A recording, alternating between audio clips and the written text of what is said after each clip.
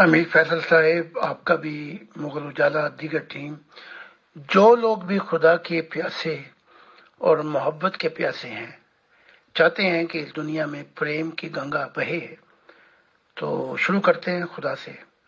تو میں آ گیا ہوں، جب بھی آپ کے پاس ٹائم ہو میں انتظار کر رہا ہوں۔ جی محترم زاہد خان صاحب، السلام علیکم ورحمۃ اللہ۔ آپ تشریف لے آئے پورے وقت پہ، بہت شکریہ آپ کا۔ تو آپ کو ویلکم ہے گروپ میں۔ میرا خیال ہے کہ فیصل بھائی شاید سو گئے ہوں گے، تو ہم پروگرام شروع کرتے ہیں۔ پہلا سوال جو ہے وہ ایک ممبر نے بھیجا ہے۔ جی محترم، ان ممبر نے پوچھا ہے کہ ایک صوفی بزرگ کا کہنا ہے، یعنی ان کے کوئی مرشد ہیں، ان کا کہنا ہے کہ تسبیحات غصے، حسد، نفرت وغیرہ جیسے جذبات پر قابو پانے میں بہت مدد دیتی ہیں، کیونکہ تسبیح کے ذریعے خدا کا نور زبان سے دل میں اترتا ہے اور دل سے تمام رگوں میں سرایت کرتا ہے اور انسان کو توازن عطا کر دیتا ہے۔ اس بارے میں آپ کیا فرماتے ہیں؟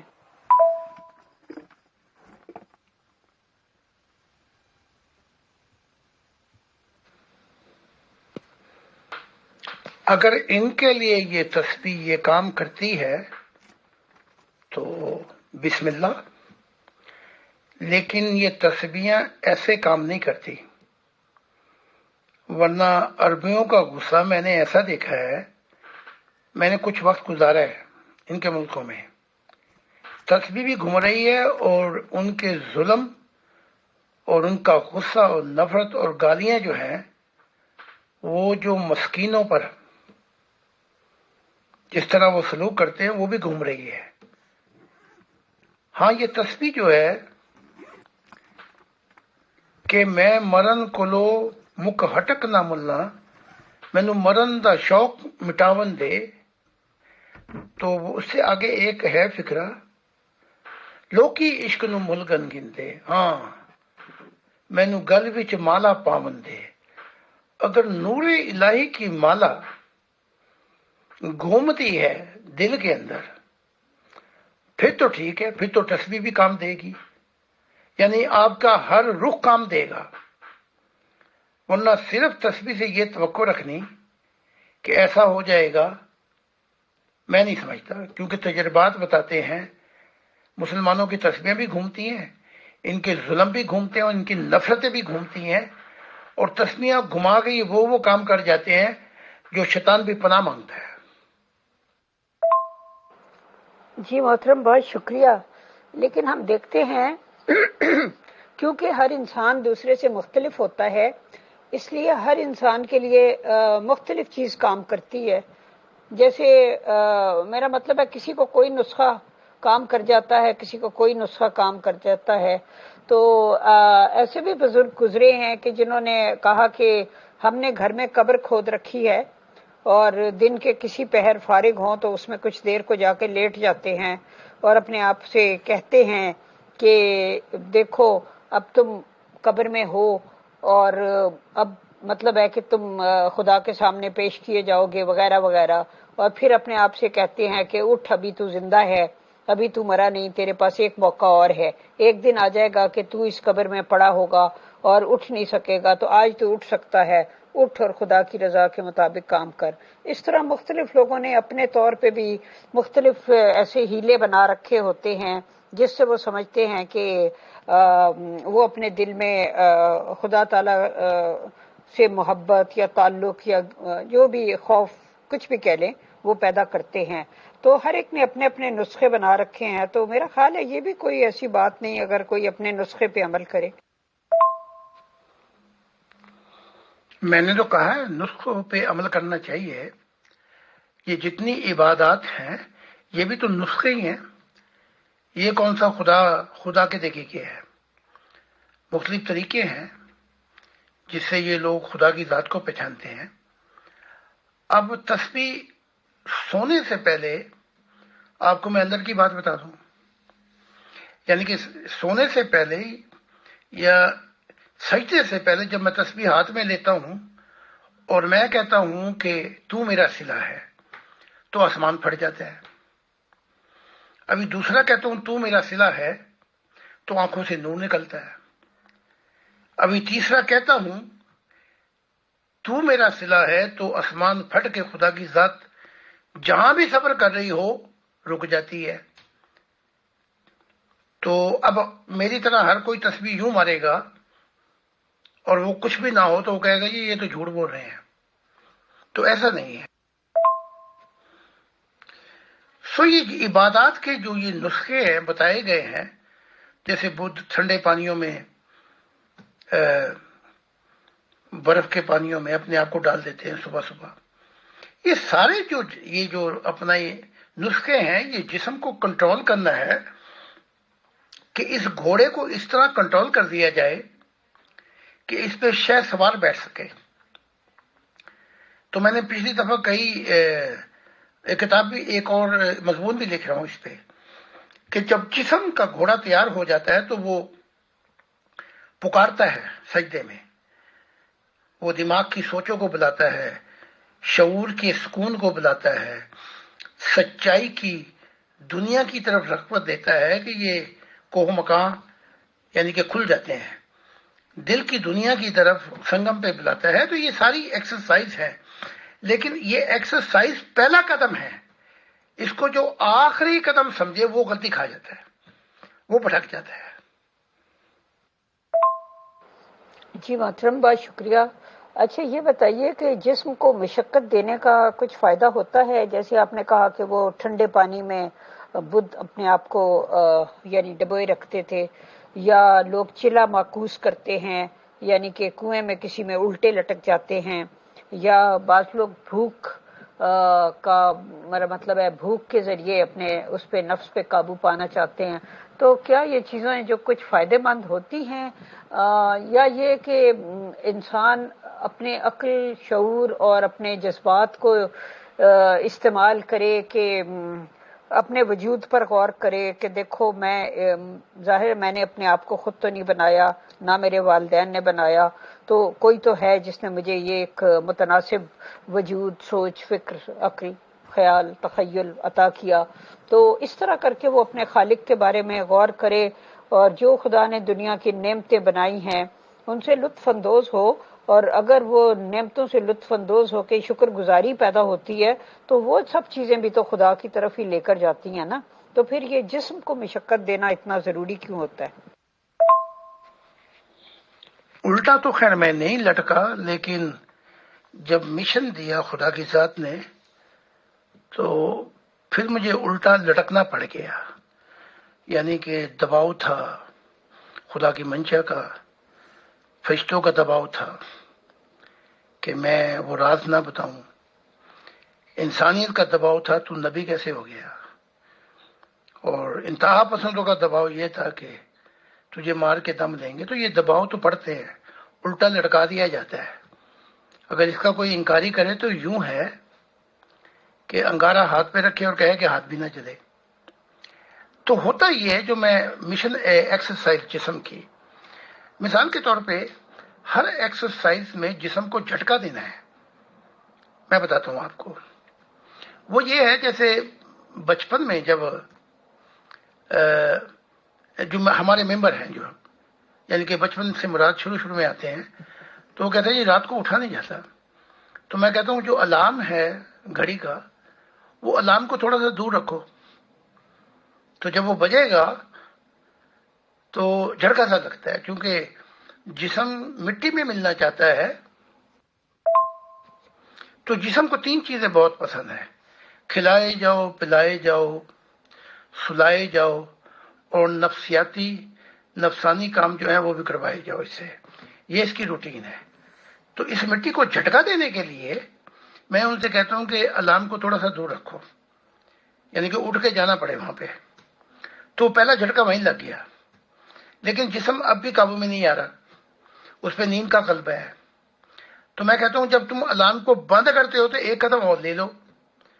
وہ یہ ہے کہ اپنے چہرے پہ ٹھنڈا پانی ڈال دو یا اپنا سر ٹھنڈے پانی میں ڈال دو. تو یہ دوسرا جھٹکا لگا تو یہ جسم، یہ جھٹکے جو ہیں یہ جسم کو پسند نہیں ہے. جیسے سرکش گھوڑے پر گھوڑا جو ہو وہ اناڑی سوار کو نہیں بیٹھنے دیتا، یعنی کوئی صحیح شے سوار ہوگا جو بیٹھے گا اس کے اوپر. تو یہ جو مادی جسم کی ایکسرسائز ہے اس کا مقصد ہے، یہ مقصد ایسے ہی داخل نہیں ہوتا کہ شکر گزار بن گئے ہم، نہیں. پہلی سیڑھی جو ہے وہ مادی جسم ہے، شکر گزاری جو ہے وہ شعور پر ملتی ہے. ان چیزوں کو فرق کرنا پڑے گا، اس لیے میں بار بار لیکچر دیتا ہوں چابیوں کے. اچھا، پھر جب یہ اس کو عادت پڑ جاتی ہے، جیسے سرکش گھوڑے کو عادت پڑ جاتی ہے، تو پھر وہ دماغ کے سوار کو اپنے اوپر بیٹھنے دیتا ہے. تو پھر تھوڑا سا سفر ہوتا ہے، اور اس سفر میں یہ ہوتا ہے جب وہ سوار کو بٹھاتا ہے کہ اس کا رستہ کون سا ہے، یعنی کس طرف اس نے سفر کرنا ہے. اور یہ جو رستہ جو سفر ہے اس کی صفت جو متعین ہوتی ہے وہ یہ ہوتی ہے کہ سجدے کے اندر سوچ کو خدا پہ لا کے ساری سوچوں کو ختم کر دیا جائے. Just leave this world behind actually. تو پھر یہ بہت سی تفصیلات آ جاتی ہیں، شکر گزاری کے معاملات کہاں پہ ہیں، صبر کے معاملات کہاں پہ ہیں، صدق کے معاملات کہاں پہ ہیں، شجاعت کے معاملات کہاں پہ ہیں، دل کے معاملات کہاں پہ ہیں. یہ پھر سیمیسٹر آ جاتے ہیں جیسے یونیورسٹی کے ہوتے ہیں. جی محترم، بہت شکریہ. تو بات یہ ہے کہ اسلام میں بھی تو پھر یہ جو ایکسرسائزز ہیں، یعنی کہ 5 وقت کی نماز کا یعنی یہ لازمی قرار دیا گیا، اور تہجد کی بھی بہت زیادہ تلقین کی گئی، اور اس کے علاوہ یہ روزے وغیرہ اور یہ سب کچھ جو بھی میرا مطلب ہے انسانوں کو بتایا گیا. اسی طرح مال کا ایک اچھا حصہ خدا کی راہ میں کاٹ کے دو وغیرہ وغیرہ. تو یہ بھی تو ساری میرا مطلب ہے یہی مقصد اچیو کرنے کے لیے تھی نا. لیکن ان کے بارے میں تو آپ نے فرمایا کہ وہ سب کچھ تو منسوخ ہو گیا ہے. تو ان گنت لوگ تھے جنہوں نے اس طریق پر بھی عمل کر کے خدا کا قرب پایا. اس بارے میں آپ کیا فرماتے ہیں؟ جو ممبران پرسنل میں لمبی لمبی آڈیوز کرتے ہیں ان سے میری درخواست ہے کہ اگر کوئی سوال ہو تو آپ پلیز مختصر آڈیو میں اس کو بھیج دیں، اور یا پھر ٹائپ کر کے اپنا سوال پیش کر دیں. اتنی لمبی لمبی آڈیوز میں پرسنل میں جا کر نہیں سن سکتی کیونکہ مجھے یہاں کنسنٹریٹ کرنا ہوتا ہے. ظاہر ہے کہ جب سوال پوچھے جا رہے ہیں جو ان کے جواب آ رہے ہیں تو اس کو سننا میرے لیے زیادہ ضروری ہے تاکہ میں اس کی روشنی میں نیکسٹ کوشچن کر سکوں. تو برائے مہربانی آپ سوال ضرور بھیجیں. سوال بھیجنے سے آپ کو کوئی ممانعت نہیں ہے، لیکن آپ اپنا سوال اگر آڈیو میں بھیجیں تو مختصر آڈیو بھیجیں، ٹو دی پوائنٹ بات کریں، اور اگر آپ لکھ کر بھیجیں تو بھی آپ ٹو دی پوائنٹ سوال کو ٹائپ کر کے بھیجیں پلیز. شکریہ. ہر چیز کو زاویے سے سمجھنے کی ضرورت ہے.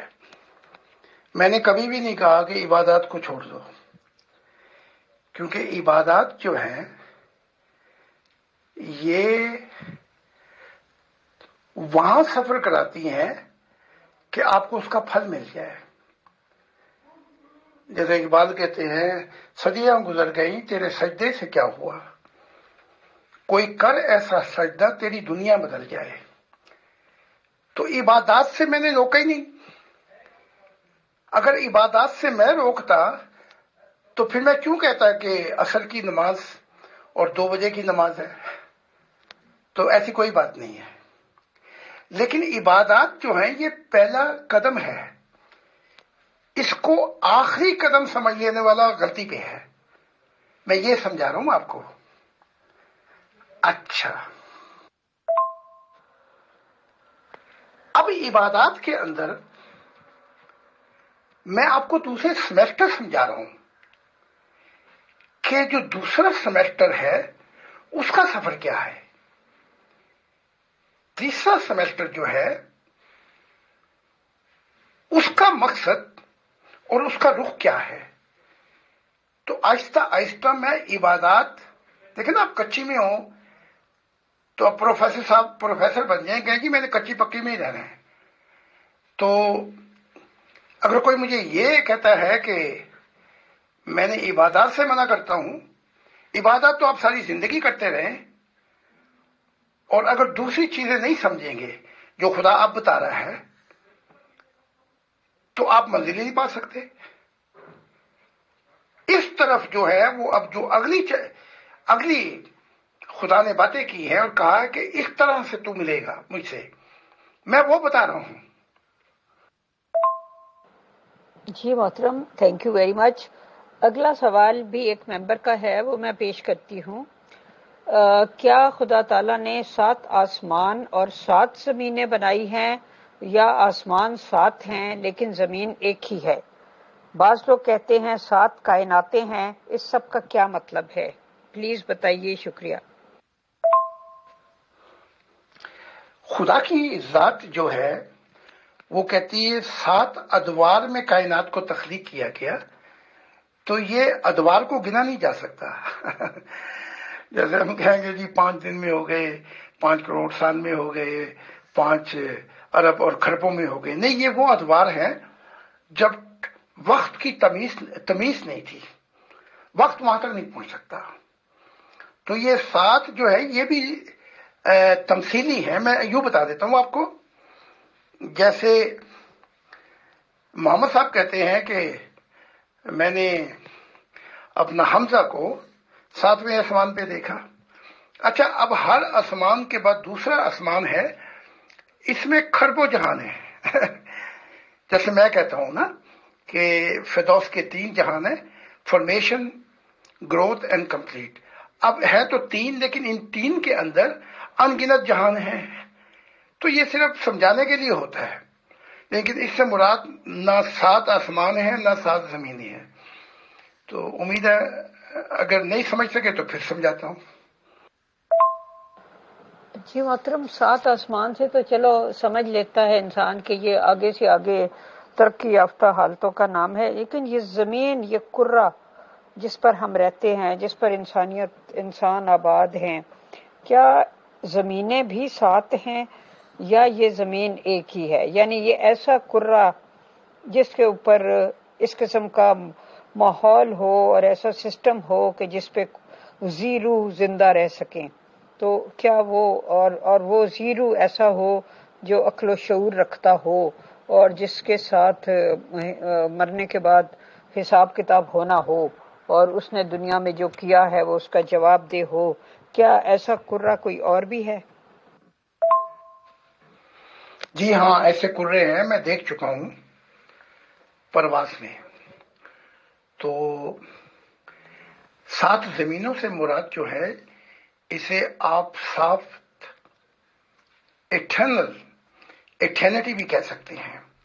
مراد یہ ہے کہ یہ کائناتوں کی جو پلیٹ ہے، جیسے یہ ملک گلیکسی ہو گئی ہے، پھر اس سے آگے اور جہان شروع ہو جاتے ہیں، ظاہری جہان۔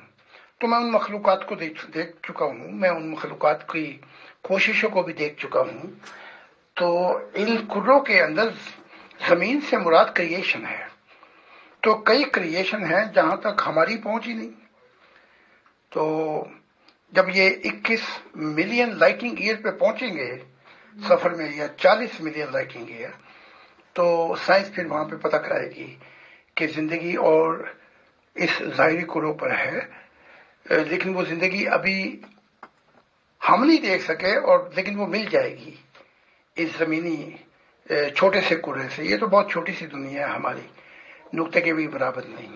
ہاں، تو ایسے ہیں، بہت ان گنت کائناتیں ہیں۔ جی محترم، جیسا کہ آپ کو پتہ ہی ہے ہر قسم کے سوال آتے ہیں اور میں آپ کے سامنے پیش کر دیتی ہوں۔ اب ایک صاحب کا جو سوال ہے مجھے تھوڑا روڈ لگا، لیکن شاید روڈ نہ ہو۔ اب وہ کیا کہتے ہیں، نقل کفر نہ باشد۔ تو انہوں نے یہ کہا ہے کہ یہ قرآن کریم کی جو سورتوں کے نام ہیں، ہمیں چونکہ عربی میں ہی ان کو پڑھنے اور سننے کی عادت ہوتی ہے تو اس لیے ہمیں عجیب نہیں لگتا، لیکن اگر ہم ان کا اپنی زبان میں اردو میں ٹرانسلیشن کریں تو پھر یہ عجیب لگتا ہے کہ یہ نام اس طرح کے کیوں ہیں۔ مثال کے طور پہ بقرہ یعنی ایک سورت کا نام ہے گائے، ایک سورت کا نام ہے عنکبوت، یعنی کہ اردو میں کہیں تو وہ مکڑی والی سورت. اس طرح نمل یعنی چونٹی، اور منافق، اور وہ کوئی مجادلہ سورت کا مطلب ہے جھگڑا کرنا، اور میرا مطلب رات کا مطلب ہے بجلی کی کڑک، شعراء، اور گروہ یعنی سورہ زمر، اور طلاق وغیرہ. اس طرح کے نام جو ہیں سورتوں کے، جب ہم ان کو ویسے پڑھتے ہیں تو ہمیں عربی میں وہ بڑے ہم اس سے بچپن سے فیملیئر ہوئے ہوتے ہیں، لیکن اگر ہم ان کا ترجمہ کرتے ہیں تو ہمیں یہ لگتا ہے کہ یہ نام جو ہیں یہ اس طرح سے کیوں رکھے گئے. اس بارے میں اگر آپ کچھ کہنا چاہیں.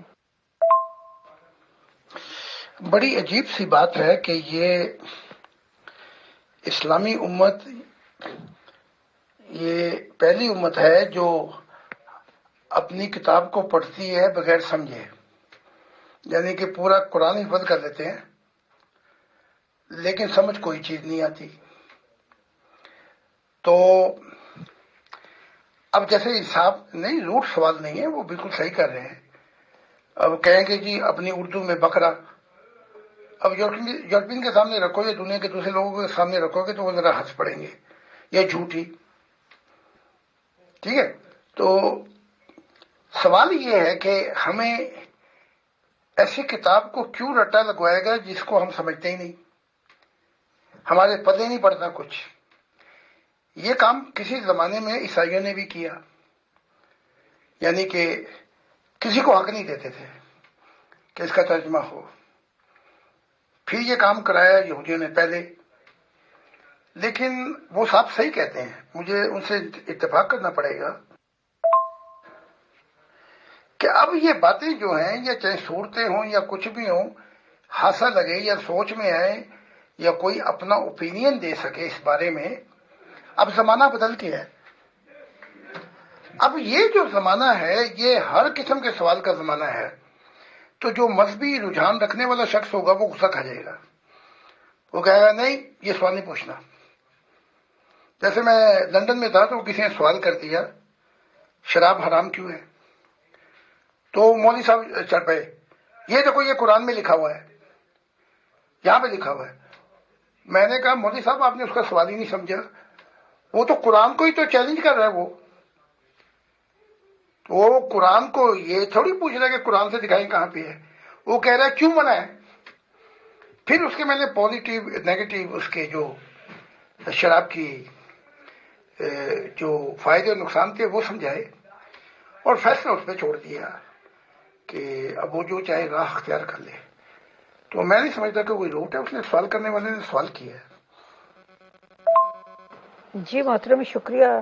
انہی صاحب کا ایک اور سوال ہے کہ لقمان کے نام پر ایک پوری سورت ہے، سورت لقمان، تو یہ بھی نہیں پتہ چلتا کہ یہ لقمان صاحب کون تھے، آیا یہ کوئی نبی تھے یا یہ کون تھے؟ بس ایک دانشمند انسان تھا، اس کا ذکر کر کے ایک پوری سورت کا نام اس کے نام پر رکھ دیا گیا، اور کوئی وجہ بھی سمجھ نہیں آتی کہ اس کا مقصد کیا تھا، جبکہ بڑے بڑے صحابہ جو تھے ان کے نام پر کسی سورت کا نام نہیں رکھا گیا. چلو ہمیں تو جواب دینا فرض ہے، لیکن انہیں چاہیے اپنے مولویوں سے بھی پوچھے اس قسم کے سوال، کیونکہ بڑے صحابہ بھی تھے، ہاں بڑے پائے پہنچے. لقمان کی حکمت تو بہت مشہور ہے، اور جو نصیحتیں اس نے کی اپنے بیٹے کو وہ بھی بہت مشہور ہے. ایسے ذوالقرنین کی طرف قرآن اسے بھی نبی بنا دیتا ہے، یعنی کہ اگر ہم اس کی طرف آئیں الیگزینڈر کی طرف، تو اگر یہاں پہ کریٹیکل نگاہ سے بات کی جائے تو مذہبی انتشار ہوتا ہے، غصے میں آ جائیں گے کہ جی یہ آپ نے کیا کہہ دیا. تو محمد صاحب کو جو چیز اچھی لگی وہ انہوں نے اپنی کتاب میں لکھی.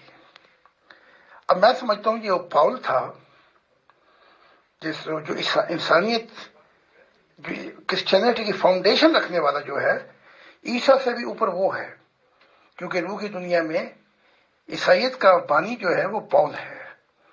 اب محمد صاحب نے اس کا نام بالکل نہیں لکھا کتاب میں، عیسیٰ کے متعلق بہت کچھ لکھا۔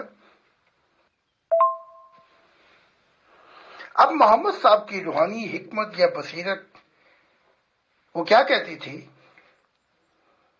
تو جو چاہا انہوں نے لکھا، جو چاہا وہ نہیں لکھا۔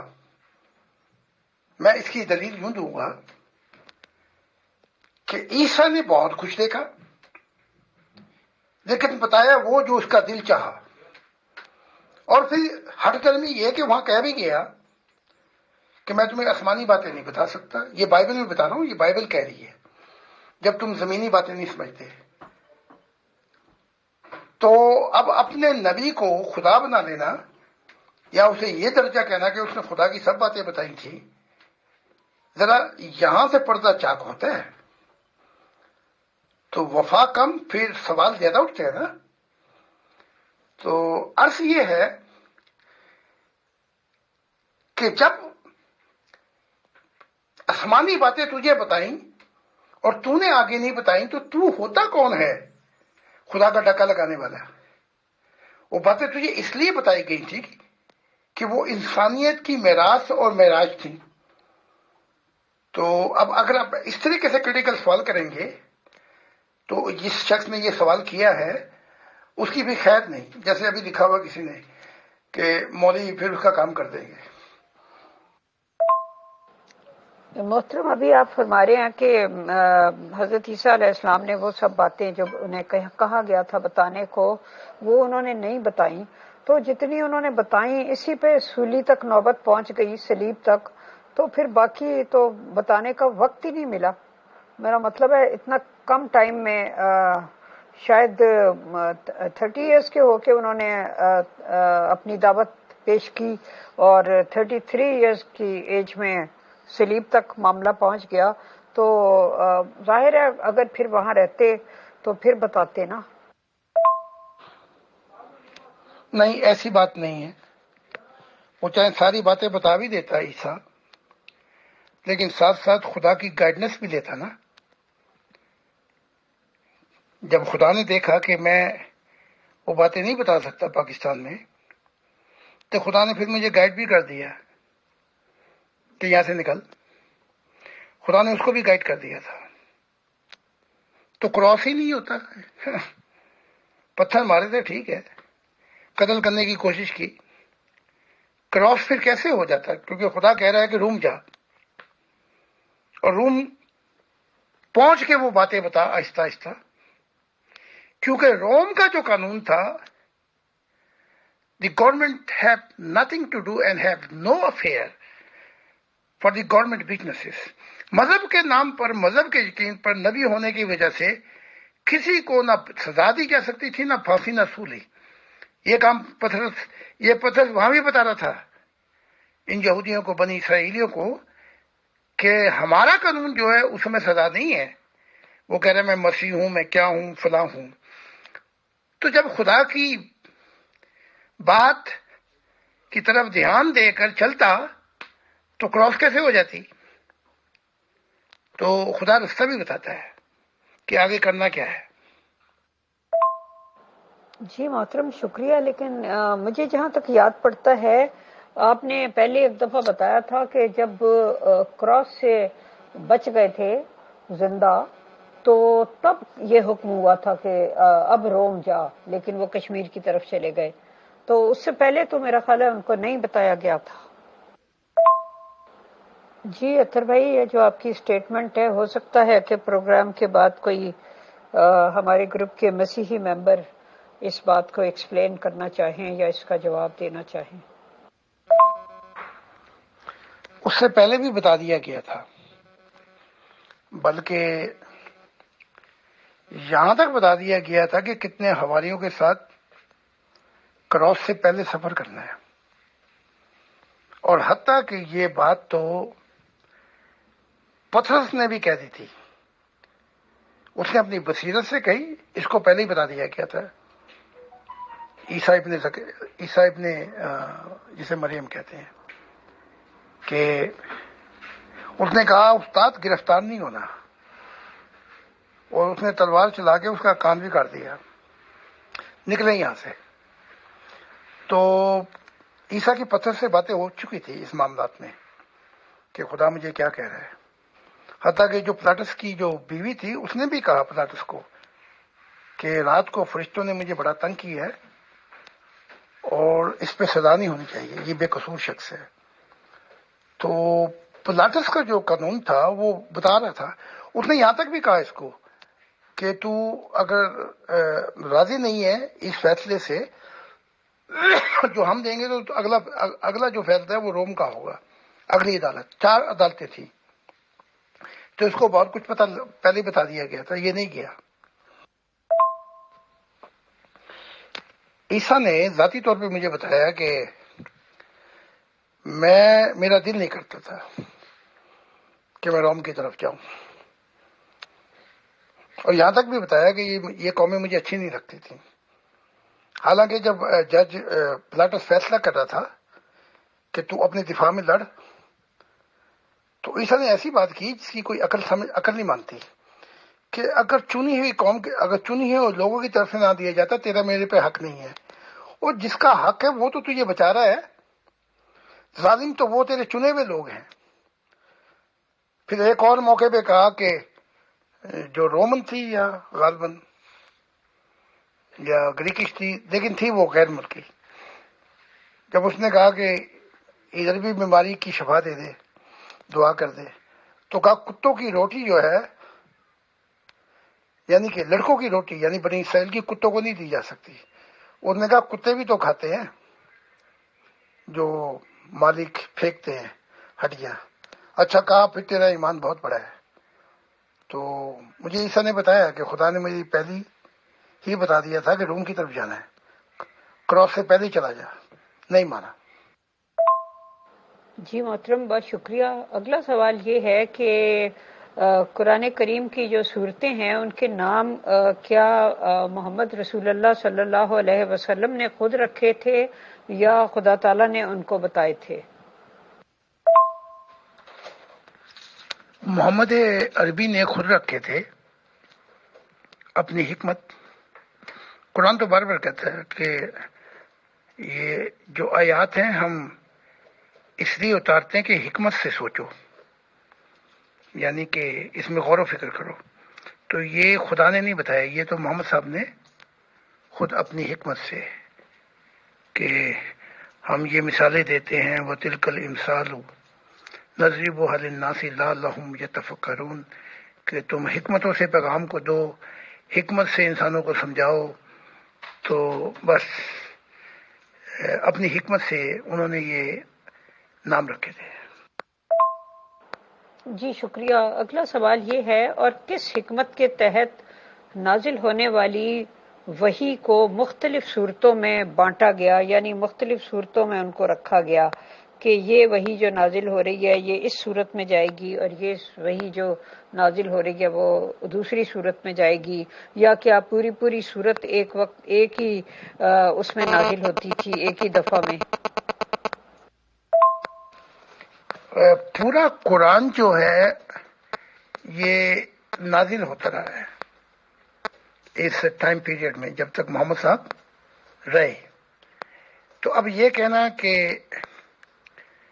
یہ جو الف لام میم ذالک الکتاب لا ریب فیہ یہ پہلے آنا چاہیے، یہ آرڈر جو ہے یہ محمد صاحب نے ابو بکر، عمر، علی، خاص کر علی، یہ انہوں نے ان کو اکٹھا کیا ہے. اور پھر تو مختلف دور میں ٹائم پیریڈ میں یہ آیات نازل ہوتی رہیں. پھر اس کو کتابی صورت سے مراد یہ ہے کہ یہ 7 قرات پہ تھیں، پھر ان پہ جھگڑے ہوئے، پھر دور عثمانیہ کے اندر وہ سارے نسخے جلا دیے گئے، ایک نسخہ باقی رکھا کہ بس اسے ہی پڑھا کرو. تو بڑے کچھ معاملات ہوئے. تو یہ سب خدا کا آرڈر نہیں تھا، اس میں انسانوں کی حکمتیں ہیں، انسانوں نے اپنی کوششیں کی تو ان چیزوں کو اکٹھا کرتے رہے، اور پھر ان کو یہ جو نتائج آپ دیکھ رہے ہیں اب بعد میں کتابی صورت میں سامنے آئے.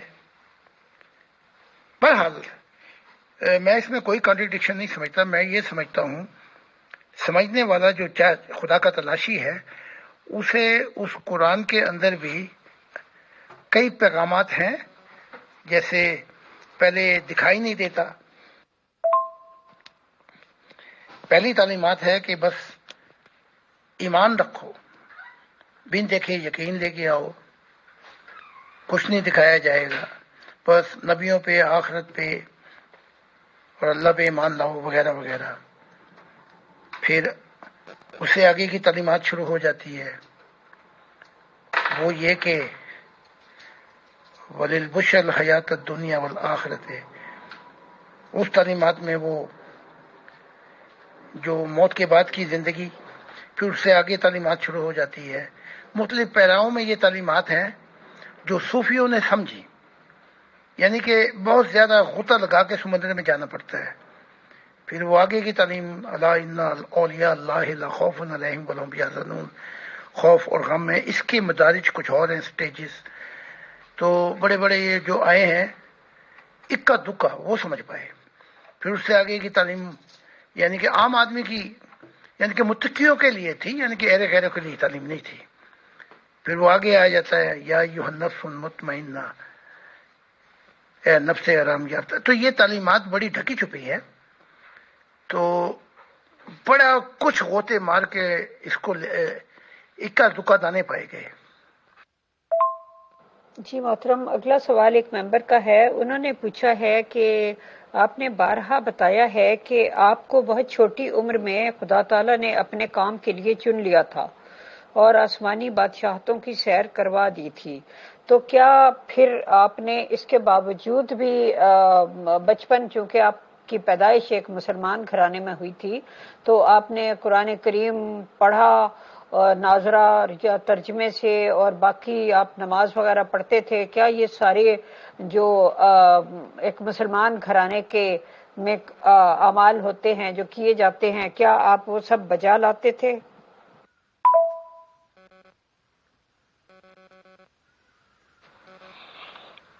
ہاں، قرآنی تعلیم یعنی کہ جیسے حفظ کرنا قرآن کا نا، تو جو ہمارے صوفی تھے وہ یہ بھی کراتے تھے. تو یہ فاؤنڈیشن ہے جیسے جیسے تیار ہوتی ہے. اور یہ کہنا کہ ان پڑھ ہوتے ہیں نبی، یہ بالکل درست نہیں ہے. سارے انبیاء جو ہیں ان کی اکثر مثال ملتی ہے، حتیٰ کہ محمد صاحب کے متعلق یہ کہا جاتا ہے کہ وہ ان پڑھ بالکل ٹھیک نہیں ہے. بلکہ آپ مکہ کے اندر وہ جو عیسائی شخص تھا پادری، اس سے آپ یہ پوری سنتے تھے کہ وہ اپنے تورات اور انجیل پڑھ کے سناتا تھا آپ کو. تبھی تو وہ عربی کہتے تھے کہ جا کے اس سے تعلیم دیتا ہے. تو یہ 8 سال کی عمر میں یہ حفظ نمازیں وغیرہ ہوتی تھی، تو میں کرتا تھا. لیکن وہاں پہ فرق یہ آ گیا تھا، وہ صوفی کہتے تھے یہ جو پڑھایا جا رہا ہے یہ صرف سمجھایا جا رہا ہے، لیکن یہ زندگی کا حصہ نہیں ہے، یعنی کہ اس سے آگے موسم بدل جائیں گے. تو وہ یہ کہتے تھے صوفی کہ ہم قرآن کے پابند نہیں ہیں، جہاں بھی ہمیں سچائی لے کے جائے گی ہم جائیں گے، چاہے وہ ہندوازم میں ملے، بدھ میں ملے، جین میں ملے، کنفیوش میں ملے. تو وہاں پہ وسعت بہت تھی. وہ کہتے تھے کہ سچائی جو ہے یہ یونیورسل ہے، خدا کی ہے، یہ کسی کی بھی عمادت نہیں ہے، نہ چرائی ہوئی کوئی چیز ہے. تو جہاں سے ملے گی وہاں سے ہم دیں گے. اچھا، یہ جو دوسرا مرحلہ تھا یہ وہ چیز تھی جس نے مجھے بہت راغب کر دیا. وہ یہ کہ صوفی ازم کے ایک صوفی کی زندگی جو ہے وہ ایک پل ہے جو بنا کے خدا کو ملنا ہے، یعنی کہ ایک پل ٹوٹ چکا ہے اور اس سے سفر کر کے زندہ خدا کو ملنا ہے. تو یہ بیسک فاؤنڈیشن تھی میری.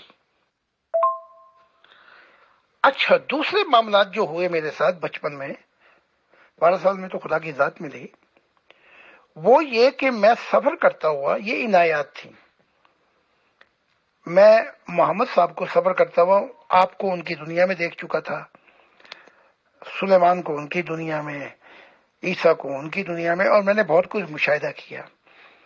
تو جب وہ چیزیں میں نے سامنے رکھی صوفیوں کے بچپن میں، تو میں نے دیکھا کہ ان کی بھی پھونک نکل گئی. لیکن انہیں پایا کہ بھی صوفی تھے. انہوں نے مجھ سے کہا کہ اگر یہ باتیں تو نے کھلے عام بتائیں تو یہ تو ہم بھی گئے، تو انتظار کر، کیونکہ خدا کا ایک بہت بڑا فیصلہ ہے، وہ تجھ سے وہ کام دے گا جو انبیاؤں سے بھی آگے کا کام ہوگا. تو یہ سارے مشاہدات میں کر چکا تھا اور میں بتاتا تھا کہ کیا کیا ہو رہا ہے. تو اس میں مجھ پر بڑی مصیبت بھی پڑی، کیونکہ وہ کہتے ہیں نا کہ پھولوں کی خوشبو چھپائی نہیں جا سکتی، علم بھی پھول ہے، اس کی خوشبو ہی پھیل جاتی ہے. تو مارے بھی پڑی، بڑا کچھ ہوا. تو پھر اور اپنے جو ہمارے ولی تھے ان پہ بھی بڑی مصیبتیں آئیں. تو پھر 16 سال کی عمر میں خدا نے مجھے پھر بتایا کہ میں یہاں سے میں نے کس قوم کو چنا ہے. تو بہت سے معاملات پیش آئے جو ایک کتاب لکھی جا سکتی ہے، لیکن سب سے پہلے خدا کے ساتھ. جی محترم، بہت شکریہ. یہ ایک سوال ایک ممبر نے بھیجا ہے کہ ان سے پوچھیں پطرس کون تھا؟ پطرس جو ہے وہ عیسیٰ ابن زکریا کا، عیسیٰ ابن مریم کا پہلا حواری تھا، عیسیٰ کا. لیکن پطرس کے اور بھائی بھی تھے جو روح کی دنیا میں پتہ لگا کہ وہ بھی، ان کو لانے والا بھی پطرس ہی تھا. تو یہ پطرس ہی تھا جسے کہا گیا تھا پیٹر، جسے کہتے ہیں کہ اپنی فاؤنڈیشن کی چابی عیسیٰ نے اس کو ہی دی تھی کہ جو تو باندھے گا وہ آسمان پہ ہی بن جائے گا. لیکن پطرس سے وہ بن نہیں سکا. پھر وہ چابی جو ہے وہ ساؤل جو عیسائیوں کا قاتل تھا اور عیسیٰ کو اس نے وہاں تک پہنچایا تھا، اس کو پھر جبرائیل نے استعمال کیا. پہلے یہ جو چابی تھی یہ یحییٰ کو دی گئی تھی، وہ اندھا ہو گیا شریعت کی وجہ سے. پھر یہ چابی آئی ہے اس حواری کے پاس، پطرس، یہ بھی نہیں کر سکا. پھر یہ چابی گھوم کر گئی ہے ساؤل کی طرف جو پاؤل تھا. تو یہ ہسٹری ہے ان لوگوں کی. جی محترم، بہت بہت شکریہ. اگلا سوال یہ ہے کہ جن 2 نمازوں کا آپ نے ذکر کیا ہے، کیا وہ شرعی طریقے سے وضو کر کے خانہ کعبہ کی طرف منہ کر کے پڑھنی ہیں یا کسی بھی طرف منہ کر کے پڑھی جا سکتی ہیں؟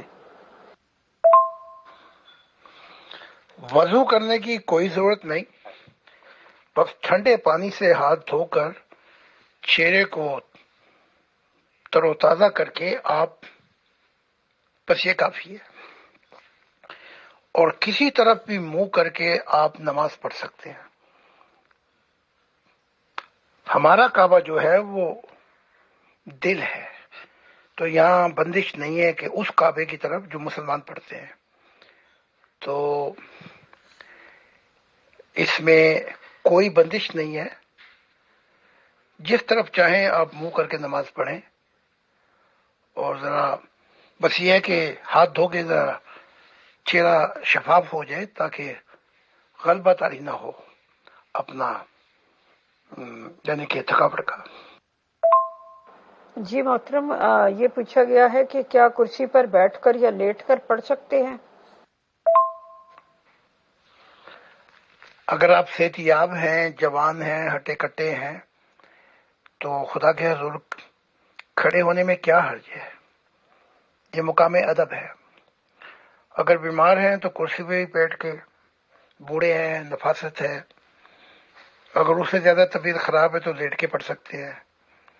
یعنی کہ اس میں کوئی پابندش نہیں ہے، تو جیسا چاہیں آپ کر سکتے ہیں، لیکن یہ دیکھیں کہ آپ جوان ہیں تو خدا کے حضور کھڑے ہو جائیں، بس دیکھیں اپنی حالت کیسی ہے آپ کی، تو اس کے باوجود بندش نہیں ہے کہ آپ ایسے ہی پڑھیں، کیونکہ جب نماز مناجات جب پہنچتی ہیں اس حالت میں تو پھر وہی ہو جاتا ہے کہ پھر دل کے آنگن کے اندر جب وہ چراغ جلاتا ہے تو پھر مجھے کیا خبر تھی نماز کی، کب خبر ہوئی سجود کی، اس کے نقش پا کی یاد میں پھر آپ بہت دور نکل جاتے ہیں۔ جی محترم، بہت بہت شکریہ۔ اصل میں سوال تو بہت ہیں، لیکن چونکہ آپ کو پتہ ہی ہے ہمارے پروگرام کی جو ڈیوریشن ہے اس کے لیے 90 منٹس مقرر ہیں، تو اب ہم چاہتے ہیں آخر میں کہ آپ اپنے کسی روحانی سفر کا یا کسی ایسی شخصیت سے جو آپ کو عالم ارواح میں ملی ہو اس کے بارے میں کچھ بیان فرما دیں۔ Thank you. داتا علی حجویری کے متعلق میں نے پہلے بھی بہت کچھ بتایا تھا، اب ایک اور رخ سے آپ کو بیان کرتا ہوں۔ ان کا اصل نام تو عثمان بن جلابی ہے، جلابی ایک محلہ تھا اور افغانستان سے ہی آئے تھے، تو کیونکہ بچپن میں ان کا ساتھ رہا ہے اور اکثر و بیشتر ان سے یعنی کہ جاگتے ہوئے دیدار ہوا، باتیں چیتیں ہوئی، اور بھی بہت سے صوفی اللہ سے، تو ایک وقت آیا کہ جب انہوں نے میرے ہاتھ پہ بیعت کی تو بڑا تفرقہ ہو گیا روح کی دنیا میں، تو بلکہ جو اسلامی ڈیمینشن ہے، جو دنیایں ہیں، انہوں نے ان کی کتاب اٹھا کے باہر پھینکی کہ تو محمد صاحب سے بھی ناراضگی ہو گئی، لیکن یہ نہیں بدلے، انہوں نے کہا کہ میری زندگی کا خلاصہ خدا کی ذات ہے، تو روح کی دنیا میں ایک وقت ان کا رجحان تھا میرے آنے سے پہلے جماعتی ازمی کی طرف، پھر وہاں سے یہ کھنچے، میں باتیں آپ کو وہ بتا رہا ہوں کہ چاہے یہ دنیا ہو یا وہ دنیا، حالات آپ کو بتا رہا ہوں میں، تو پھر یہ پوری طرح میری طرف آ گئے، جو پائے کے صوفی ہیں جن میں جنید بھی ہے اور بہت سے بھی ہیں، تو پھر اسلامی دنیا ان کی جو نیچے جو ڈیمینشن ہے وہ ان کے خلاف ہو گئے، کچھ نا خوشگوار باتیں ان کے اور محمد صاحب کے بھی درمیان ہوئی، لیکن اب یورپ کے اندر ان کا جو وہ ہے روحانی گروتھ، یہ اب یہ کام کر رہے ہیں براہ راست میرے ساتھ اور جو پائے کے صوفی ہیں، تو اب یہ مذہبوں کی دنیا سے نکل کر بہت آگے کی دنیا میں چلے گئے ہیں، تو یہ کمال ہے ان کا، جو بڑے بڑے صوفی ہیں کہ خدا پر جا کر ان کی سوچیں، ان کے سجدے، ان کی محبتیں ختم ہو جاتی ہیں، پھر یہ ہر فیصلہ کرنے کو تیار ہو جاتے ہیں۔ سوال ہے کہ کیا ہماری نماز روزہ بخش دینے کے 100 بہانے ہیں؟ ہاں جی، یہ آپ کی روح کو سنوارنے کے بہانے بھی ہیں، کہ آپ کی روح جب بھوک لگتی ہے تو جسم کمزور ہو جاتا ہے اور روح طاقتور ہو جاتی ہے، تو یہ بہانے نہیں ہیں بلکہ ان میں بہت سی موتی ہیں، اور نمازوں میں کوئی بہانے نہیں ہیں، کہ اس میں یہ ہے صرف کہ ملن ہو جائے، یہ نہیں ہے کہ کوئی کر بہانا ایسا میری آس ٹوٹ جائے، یہ بہانے نہیں ہے، یہ سفر ہے، بس یہ کچھ ہے تھیوری سفر، جیسے آپ جہاز چلانا سیکھتے ہیں تو آپ کو تھیوری نالج سیکھنا پڑتا ہے، پھر پریکٹیکل کرنی پڑتی ہے، بس فرق پریکٹیکل کا ہے، تو پھر اس پریکٹیکل کے اندر بھی جیسے درخت کی بہت سی شاخیں آ جاتی ہیں، تو سب کچھ سمجھانا پڑتا ہے. اس لیے میں اب کوشش کر رہا ہوں کہ ہر 3 ہفتے کے بعد سیمینار ہوتے جائیں کیونکہ ایجوکیشن کرنی بڑی مشکل ہوتی ہے. جی محترم، بہت شکریہ. اصل میں یہ سوال نہیں تھا آخر والا، یہ ایک شعر تھا. چونکہ نماز پر بات ہو رہی تھی تو مجھے یہ شعر یاد آ گیا: کیا ہماری نماز کیا روزہ، بخش دینے کے 100 بہانے ہیں. یعنی اللہ تعالیٰ کی بخشش پتہ نہیں کس کس رنگ سے آتی ہے، بندے کی کوششیں وہاں کیا اہمیت رکھتی ہیں. اور محترم، ایک ممبر نے سوال کیا ہے، گو کہ ہمارا وقت ختم ہو گیا ہے لیکن ان کا سوال پیش کر دوں. انہوں نے پوچھا ہے کہ انہوں نے کہا ہے کہ میرا خیال ہے کہ عالم بالا میں آپ پر بیعت کرنے والوں کی ایک جماعت تیار ہو چکی ہے. اب آپ بتائیے کہ اس دنیا میں آپ کے ماننے والے زیادہ ہیں یا اس دنیا میں؟ اچھا میں کہیں دور پہنچا ہوا تھا. فاصلے کم ہوتے ہوتے وقت لگ گیا. اچھا، میں سمجھا یہ سوال ہے. جی محترم، آپ کو خوشگوار موڈ میں دیکھ کر اچھا لگا. اور آف کورس آپ کو اتنے زیادہ سوالوں کے جواب دینے پڑتے ہیں کہ وہ پھر بندے کو ہر بات جو ہوتی ہے وہ سوال ہی لگ رہی ہوتی ہے. تو بہرحال چلیں، آپ کو ہنستے دیکھ کر اچھا لگا.